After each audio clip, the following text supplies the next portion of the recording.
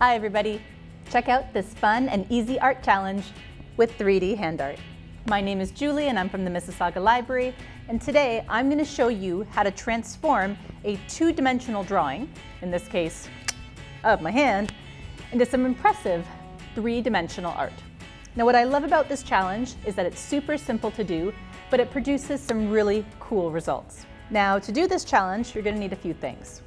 Some blank paper, a pencil, a ruler, some markers or highlighters. Now you're going to need about 2 or 3 different colors at minimum. You can always choose to use more. And a black marker. Okay, so the first thing I'm going to do is trace my hand being the most important part of this art project. So, putting my hand on this piece of paper, I am just going to draw the outline of my hand, just like this.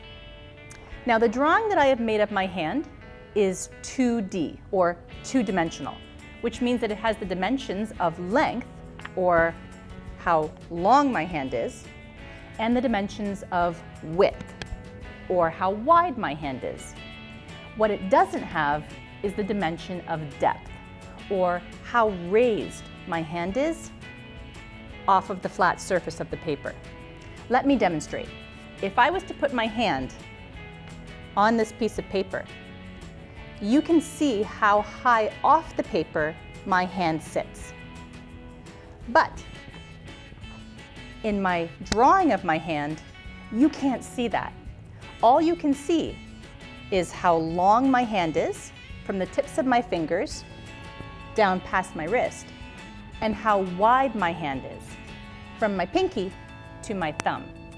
But you cannot see the perspective of depth, how high my hand is raised off the paper. But what if I told you there was a way that I could trick your eyes into seeing the perception of depth?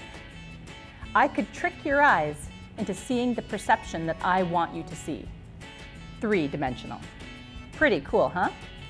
And we can do this by using straight lines, arcs, shadowing, and colors. I'm going to trick your eyes and force you to see my hand in 3 dimensions. Okay, so the next thing I'm going to do is grab my ruler, and I'm going to be drawing some straight lines. Now I want to draw straight lines through all the negative spaces on my page. That's to say, all the spaces around my hand and even in between my fingers. I want to do this all the way up my page, but again, only through the negative space. I don't want to draw lines through my hand itself. As an example, I'm going to be taking my ruler, and from one end of my page to my wrist, I'll be drawing a line. And again, from the other side of my wrist to the other side of my page. And I'll be repeating this process all the way up my page, only drawing lines through the negative space. And when it comes to my fingertips, I'm going to be drawing my lines in between the space of my fingers. So as an example, from one end of my page, just touching the lines of my fingertips. And I'll be repeating this process all the way up the page. So in the end, I should get something that looks like this. Now the next step is to draw some arcs. Starting from the bottom of my wrist, I'm going to be drawing a series of arcs from one side of my hand to the other. I'm going to be connecting the straight lines on either side of my arm with an arc. Let's give an example. From the straight line on one side, I'm going to draw an arc connecting to the straight line on the other. And I'm going to be doing this all the way up my page.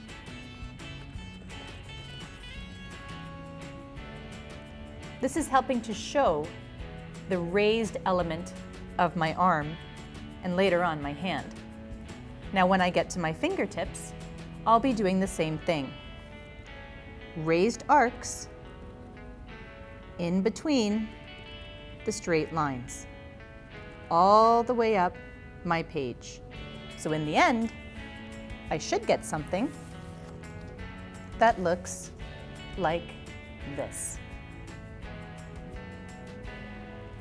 Now it's time to add the color.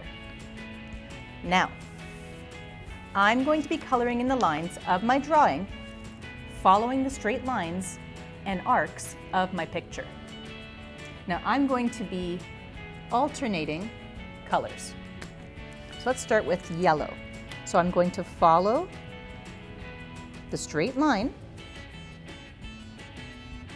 and then arc my highlighter